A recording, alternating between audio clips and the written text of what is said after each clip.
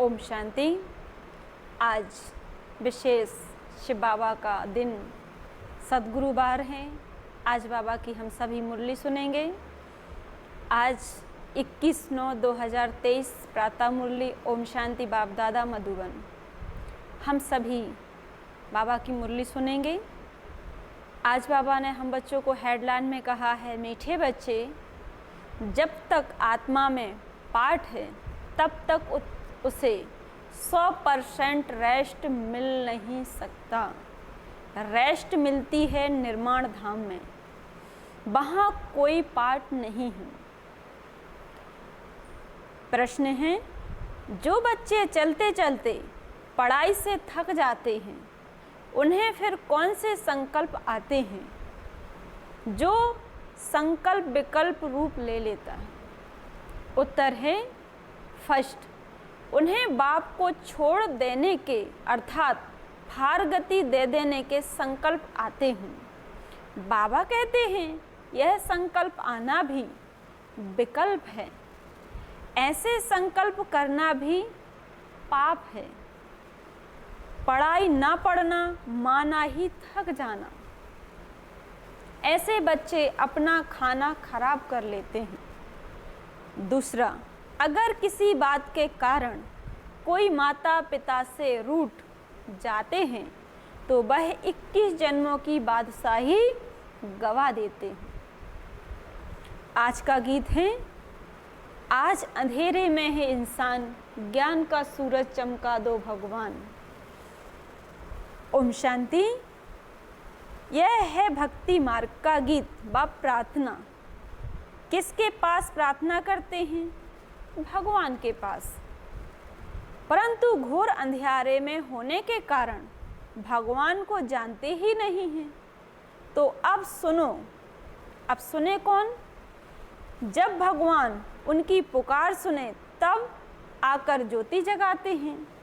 परंतु बच्चे भगवान को जानते ही नहीं, तो सुने फिर कौन? जब बच्चे भगवान को नहीं जानते तो सुने कौन? अभी तुम सम्मुख बैठे हो, भगवान तुमको घोर अंधेरे से घोर सोजरे में ले जा रहे हैं। गाते भी हैं ब्रह्मा की रात और ब्रह्मा का दिन। रात में दर दर धक्के खाते रहते हैं। पहाड़ों पर, मंदिरों में, मस्जिदों में जाते हैं, परंतु भगवान मिलेगा कहाँ? भगवान का जन्म भी भारत में मनाते हैं। शिवरात्रि कहते हैं। बरोबर उनकी यादगार प्रतिमाएं भारत में ही हैं, परंतु समझते ही नहीं कि कब आते हैं। बिल्कुल ही घोर अंधेरे में हैं। अभी तुम घोर अंधेरे में नहीं हो, तुम नंबर बार पुरुषार्थ अनुसार घोर सोजरे में आते हो। तुम बच्चे जानते हो यह सारी सृष्टि की रचना कौन आकर कैसे करते हैं, यह तुम बच्चे ही जानते हो। तुम यहाँ आए हो ईश्वरीय विश्वविद्यालय में। यहाँ तुम बच्चे बैठे हो ईश्वरीय विश्वविद्यालय में, जहाँ ईश्वर ही पढ़ाते हैं मनुष्य से देवता बनाने। यह नॉलेज तुम्हारे में भी नंबर बार पुरुषार्थ अनुसार है। कोई तो अच्छी रीति समझते हैं, कोई पूरा नहीं समझते, फिर भागंती हो जाते हैं। माता पिता से रूठ पड़ते हैं। जिनके लिए गाया हुआ है आश्चर्यवत, ऐसे माता पिता से रूठ पड़ते हैं, फिर पछताते हैं, फिर रूठ पड़ते हैं। माता पिता से हमको 21 जन्मों के लिए बादशाही मिलती है, फिर भी भूल जाते हैं। बाबा ने समझाया है जिसको शांति कहा जाता है। बाबा ने समझाया है जिसको शांति कहा जाता है वह मिलती है ही शांति धाम अथवा निर्माण धाम में। उसको मुक्ति धाम भी कहा जाता है। अगर कोई कहे हमें 100% रेस्ट में हैं, अगर कोई कहे हम 100% रेस्ट में हैं, परंतु यह अक्षर कोई है नहीं। सारे दिन में कोई ना कोई काम जरूर चलता है। हाँ, अल्पकाल के लिए रात की नींद को रेस्ट कहते हैं, क्योंकि आत्मा कहती है मैं सारा दिन काम करती हूँ, थक गई हूँ, अब रेस्ट लेती हूँ, अपने को डिटैच कर देती हूँ। यह तो जानते हो बाप रहते ही हैं शांति धाम में। शांति, बाबा ने कहा शांति देश में ऐसे समझते हैं कि हम परमपिता परमात्मा जहाँ हम रेस्ट में रहते हैं, परंतु परमात्मा रेस्ट में कब रहते हैं? जब पाठ नहीं होता।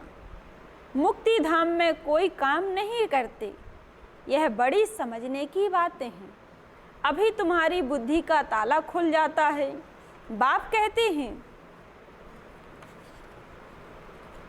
कहते हैं तुमको पता है मैं रेस्ट में कब रहता हूँ? जबकि तुम बच्चे स्वर्ग में सुख में रहते हो, वहाँ तुमको सुख शांति है। फिर बाबा को उसको रेस्ट नहीं कहेंगे। रेस्ट तब कहेंगे जब तुम्हारा कोई पाठ नहीं है। तुम अब स्वर्ग में हो तो मुझे कोई मेहनत नहीं करनी। मैं वहाँ घर में हूँ, शांति में रहता हूँ। शांति का दूसरा अक्षर है रेस्ट। यहाँ तो रेस्ट रह नहीं सकते। आत्मा कहती है मैं रेस्ट में हूँ। आत्मा क्या कहती है? मैं रेस्ट में हूँ। जबकि रात को नींद करते हो उस समय रेस्ट में हूँ या शांति में हो, बात एक ही है। रात को अशरीरी बन जाते हैं, शांति हो जाती है, फिर उठते हैं तो कर्म में आते हो, फिर भी अनरेस्ट है, कोई रेस्ट नहीं। कर्म करते हैं, अनरेस्ट भासती है। सतयुग में अनरेस्ट का कोई सवाल नहीं। अनरेस्ट आत्मा करती है। वहाँ ऐसे नहीं कहेंगे कि हमको रेस्ट चाहिए। काम काज सब करते हैं परंतु अशांति नहीं रहती। बाकी रेस्ट अक्षर तो अभी है नहीं। समझो कोई कहते हैं हम शिमला जाते हैं रेस्ट के लिए, परंतु रेस्ट का है ही नहीं। सच्ची रेस्ट तब है जब हम निर्माण धाम में रहते हैं, वहाँ चुप रहते हैं। बाकी रेस्ट का कोई नहीं।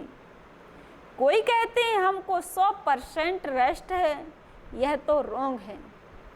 अभी जो कहते हैं हमको रेस्ट है 100%, तो यहाँ बाबा कह रहे हैं अभी कोई रेस्ट ही नहीं। इसको अज्ञान कहा जाता है। हाँ, यह जरूर कहा जाए कि पढ़ाई नहीं चाहते हैं तो रेस्ट लेते हैं, ना पढ़ना रेस्ट लेना, यह तो फिर थक जाना, अपना ही खाना खराब कर लेना। समझाया जाता है हे रात के राही, स्वर्ग की राह पर चलते चलो, थक मत जाना, रूठ नहीं जाना। माता पिता को फारगति देने का संकल्प नहीं उठाना। यह संकल्प उठाया तो उसको विकल्पी कहा जाता है। ऐसे माता पिता जिससे स्वर्ग की बादशाही मिलती है, उसके लिए संकल्प क्यों उठाते हो कि हम यहाँ से भाग जाएंगे, फारगति दे देते हैं। कभी कभी संकल्प आता है छोड़ दें, कुछ समझ में नहीं आता है। अरे समझने का तो यह टाइम है जो बाबा पढ़ाई पढ़ा रहे हैं, अभी समझने का टाइम है। समझना अर्थात पढ़ना। तुम जानते हो हम पढ़ रहे हैं। परमपिता परमात्मा जो ज्ञान का सागर है, ऊंचे ते ऊंचा है, उनको कोई भी जानते नहीं। भले ब्रह्मा विष्णु शंकर अथवा लक्ष्मी नारायण को जानते हो, परंतु भारतवासियों को यह पता नहीं कि लक्ष्मी नारायण ने यह राज कब लिया, कैसे लिया, किसने दिया। माया ने बिल्कुल घोर अंधियारे में डाल दिया। बाप आकर समझाते हैं रचता बाप मनुष्य सृष्टि की रचना कैसे करते हैं यह कोई जानते नहीं। बाप ही आकर बैठ समझाते हैं। प्रजापिता ब्रह्मा को क्रिएटर नहीं कहेंगे। भले प्रजापिता कहा जाता है परंतु वह रचता नहीं है। मनुष्य कहते हैं हमको अल्लाह ने पैदा किया, निराकार फादर को ही रचेता कहेंगे। रचता बाप को जरूर मनुष्य ही जाने, जानवर थोड़ी जानेंगे। रचता बाप को जानवर थोड़ी जानेंगे, हम मनुष्य आत्मा ही जानेंगे। जानवर तो मुख से नहीं कहेंगे कि हमको परम पिता परमात्मा ने रचा। मनुष्य कहेंगे हमको भगवान ने रचा। तो बाप बैठ समझाते हैं, तुम देखो यह रचना कैसे रची। पहले पहले रचना होती है मुख वंशावली की। बच्चों को बड़ा होकर फिर बाप का बनना, यह तो बेहद का बाप कहते हैं। देखो मैं भी कैसे कैसे रचना रचता हूँ। इनमें प्रवेश कर इनको मुख द्वारा कहता हूँ, हे आत्मा तुम मेरी हो, मैं तुम्हारा बाप हूँ।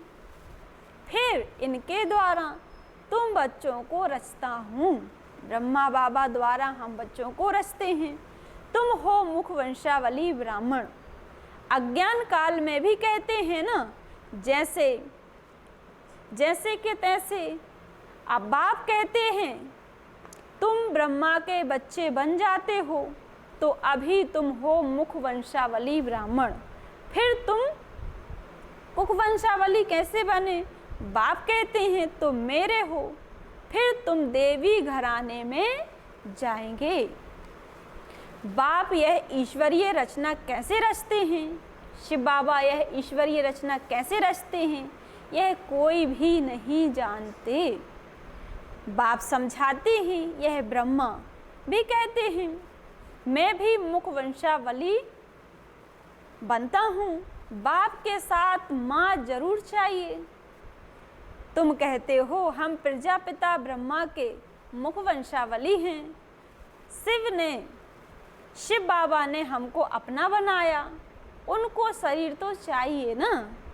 शिव बाबा को तो शरीर है नहीं, शरीर का लोन लेना है। फिर कहते हैं तुम मेरे हो।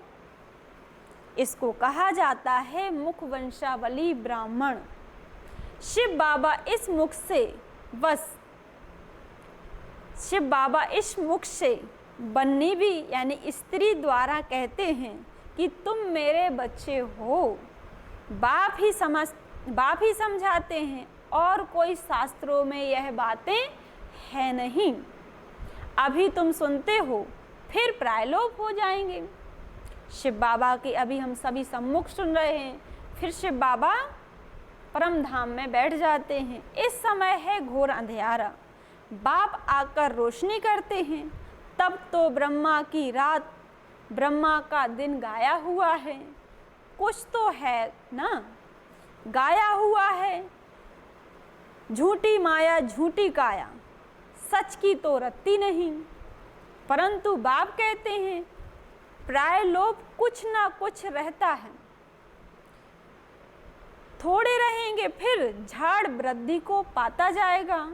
मनुष्यों ने फिर महाप्रलय दिखा दी, परंतु महाप्रलय कभी होती नहीं। ऐसे नहीं होता जो सागर से बच्चा पीपल के पत्ते पर आया। अब यह सब गपोड़े हैं। बाप ने आकर समझाया, तुम जब गरम महल में आते हो तो वहाँ सब आनंद में रहते हैं। वहाँ कोई दुख ना कोई पाप कर्म नहीं होता। वहाँ है ही पुण्य आत्माओं की दुनिया, यह है पाप आत्माओं की दुनिया। यहाँ सब कुछ त्याग करना पड़ता है सदा पुण्य आत्मा बनने के लिए।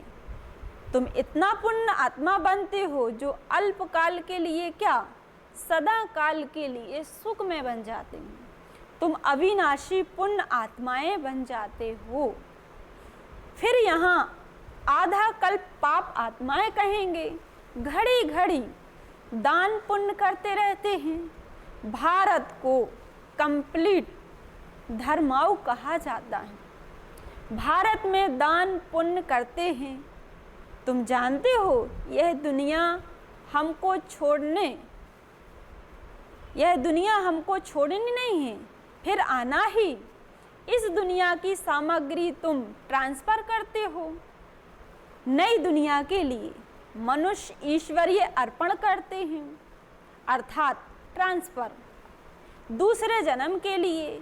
यहाँ तुम ट्रांसफर करते हो 21 जन्मों के लिए, तो बहुत चाहिए ना। तुमसे सारी किचड़ पट्टी लेकर नया देते हैं। शिव बाबा हमसे सारी किचड़ पट्टी यानी कि पुराने स्वभाव, संस्कार, काम, क्रोध, लोभ, मोह, अहंकार लेते हैं, बुराइयां लेते हैं और वापस में हमको 21 जन्मों की बादशाही देते हैं। पुराना लेकर सोना देते हैं। तुम सच्चाई से बाप को देते हो, बाप भी तुमको सब कुछ दे देते हैं। तुम्हारा पाठ जो चलता यह भी एक ड्रामा में नूद है। सबने घर बार छोड़ा नहीं है। कैसे बाबा ने कहा, मनुष्य तो नहीं जानते भट्टी कैसे बनती है, वह तो दिखाते हैं। बिल्ली के पीछे जाते हैं। यह सब ज्ञान तुम बच्चों को अभी है नहीं, वहाँ फिर यह नहीं रहेगा। हम ऐसे 21 जन्म राज्य कैसे लेंगे, कैसे गिरेंगे, वहाँ यह ज्ञान नहीं रहता। त्रिकालदर्शी पने का पाठ तुम्हारे में अभी है। मुख्य हीरो हीरोइन का पाठ तुम्हारा है और कोई पाठ नहीं है। असुर से देवता, फिर देवता से असुर, तुम भारतवासी ही बनते हो। बाकी तो यह बीच का पाठ है। नाटक अब पूरा हुआ। फिर बाबा ने कहा, यह नाटक पूरा हुआ। हंसी कुड़ी का खेल करते रहते हैं। आधा कल्प के बाद देवी देवता धर्म प्रायलोप हो जाता है। तुम्हारी बुद्धि में यह सारा चक्र फिरता ही रहता है। अब तो तुम समझते हो ना कि परम पिता परमात्मा परम आत्मा है, परम धाम में रहने वाला। बाप कहते हैं, मेरे में सारा पाठ है, सारा ज्ञान है। मैं मनुष्य सृष्टि का बीज रूप चेतन हूँ। वह तो जड़ बीज होते हैं। शिव बाबा तो चेतन हैं। उनकी प्रतिमा की पूजा करते हैं। शिव बाबा की प्रतिमाओं की पूजा करते हैं। आजकल गवर्नमेंट झाड़ों के सैपलिंग लगाती है, वृक्षों के सैपलिंग लगाती है। यह है चेतन बीज, मनुष्य सृष्टि रूपी झाड़ का बीज। मुझे सारे झाड़ की नॉलेज है, तो तुम बच्चों को कहते हैं अब कोई रेस्ट नहीं। तो समझना चाहिए कि 100% रेस्ट तो कभी मिलती नहीं। हाँ, ऐसे कहेंगे स्वर्ग में 100% पवित्रता, सुख, शांति रहती है। नाम ही है स्वर्ग। बाप को कहते हैं सत्य श्री अकाल, सच बोलने वाला। उसको कोई काल नहीं खाता। उसको कहा ही जाता है कालों का काल, महाकाल। बाप कहते हैं यह छीछी दुनिया है, इस भंबोर को आग जरूर लगनी है। तुम बच्चे जानते हो यह महाभारत लड़ाई महाकल्याणकारी समय। मनुष्य यज्ञ करते हैं कि शांति हो जाए। मनुष्य यज्ञ तब करते हैं कि शांति हो जाए। गोया समझते हैं स्वर्ग के गेट खुलें।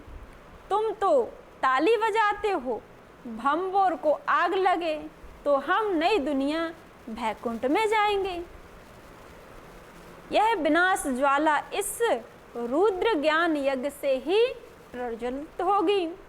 जो बाप के बने होंगे वही स्वर्ग के मालिक बनेंगे।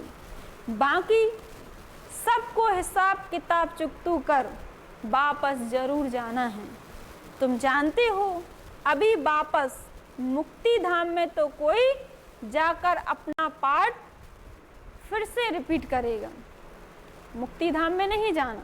सतयुग में यह इतने सब देवी देवता कहाँ से आए? मनुष्य से देवता किए करत न लागी बाल।